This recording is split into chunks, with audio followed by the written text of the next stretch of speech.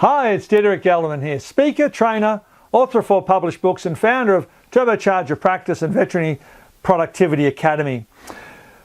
When I start to work with practices one-on-one, they absolutely get shocked because one of the first things I tell them that we're going to do is we're going to stop worrying about getting new clients in the door, and we are going to concentrate on existing client happiness and existing client retention. Now, client retention has to be your highest priority. And let me give you a simple fact or figure or reason why that is the case. So a 5 to a 10% increase in client retention, a 5 to a 10% increase in client retention results in a 50 to 100% increase in practice profits. Okay, it's a huge extrapolator, so it's really important. And I've made some notes, and I'm just going to read through them because I want to make sure that I get everything 100% correct for you today. Now, there's never been a time that client retention is more important with internet sales, with all the number of practices that are around, practices on every corner, corporate practices and all that sort of thing. There's never been a more important time because client numbers are down. There's not as many of them around as there were because pet ownership is down. So practice growth is not a function of yellow pages. It's not a function of having a really good looking building. It never was, and it's even less so now. The only 2 factors that ever counted in growing your client base and retaining clients was number 1, location, and number 2, your service levels. Now let's be honest about the service levels in vet in most countries in the world and in most veterinary practices. And frankly, I'm sorry to be so blunt, they suck. And compared to the average businesses out in business land, our client service levels suck. They just don't match up. And study after study after study in our industry show that. So the other thing is quality veterinary services won't keep clients.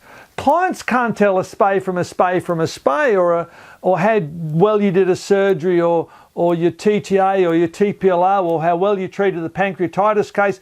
They just can't tell. So all clients, or most clients, think that all the vets treat things equally and they're all equally good as each other. So don't think that being a better vet is going to help you retain clients. It's the baseline as far as I'm concerned. It's the foundation stone as far as I'm concerned. So what keeps clients coming back is outstanding customer service. Each and every person that you hire, each and every person on your team must be a people person. You've got to hire them as people, so you need to behaviorally profile them, if you want to call it that. When you interview them, get people into your practice, and then give them even more skills, tools, resources, and training.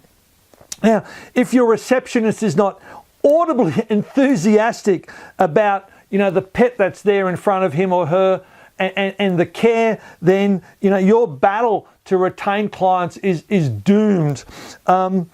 Marginal service levels aren't going to cut the mustard.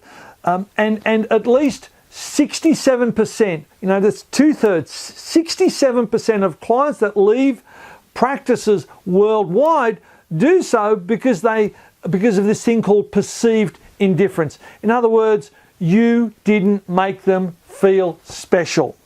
That's what they tell us.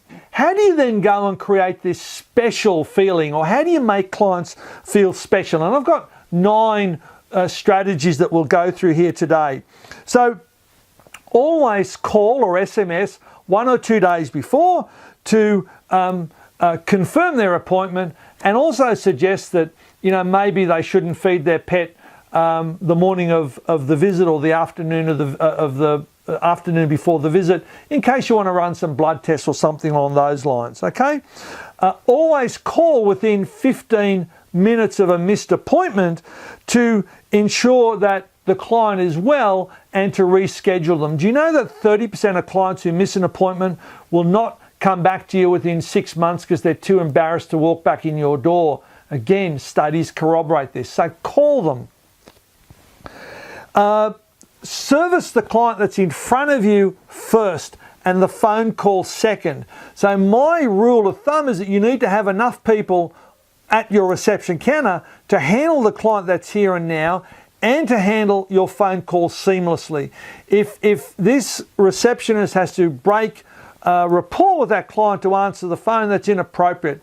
Have an answering service, whether it's an automated answering service or a nurse you've got sitting at home who's off on maternity leave, kick in to answer that phone so that you can handle both those situations equally well. So the clients feel valued and want to come back. Make sure your hospital is clean and fresh smelling. Smell comes in at number 3 of clients' most disliked things about veterinary practice. Parking and waiting time are 1 and 2. Smell is number 3. They don't want good smells because some people get migraines, and nice smelly smells will give people migraines. They certainly don't want bad smells. So this neutral smell, no smell is the best. Okay. And I'd suggest you come into the front door at least once a day to smell what your clients are smelling. Number 5, allow flexibility for clients who are traveling some distance to get to you. You should, what I mean by that is stagger your lunch hours so that there's always a veterinarian on shift. Maybe start early 2 or 3 days a week, or finish late 2 or 3 days a week, so that you can fit in people who work the same hours that you're open, or this typical 8 to 5. Extend that so people can access you more easily. Call any clients who have slipped through the cracks 1 week after a no-show if you can't get on within 15 minutes of their appointment. If they can't be reached with 1 or 2 phone calls, write a little card or a little note, have the veterinarian sign it saying we missed you and we'd like you to reschedule. Always find a way to recognise your clients, support them during their pet's illness. Now, be there for them during holidays and birthdays, and obviously at times of stress or ill health or euthanasias as well. Send them appropriate cards and flowers and things along those lines. If you aren't sending a welcome letter and a welcome pack, it is mandatory.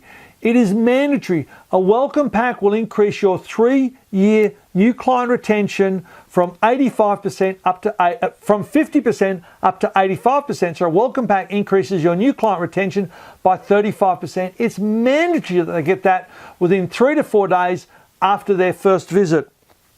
And then lastly, ensure that your team members all have the attitude, the mental attitude of serving clients is a pleasure. Serving clients is a privilege. If they don't have that attitude, then it's going to come through and you're not going to have great client service levels. Now, that's about it. These are the keys to long-term client retention. These are the keys to long-term client retention. As you can see, it all stems from having the right team in place. So it starts with hiring the right person, putting them on the right seat in your bus, and then giving them plenty of resources, skills, tools, and training so that they can become the client advocate. So that's it. Concentrate on client retention, get it up, and your practice is going to soar. That's it from me today. Bye-bye.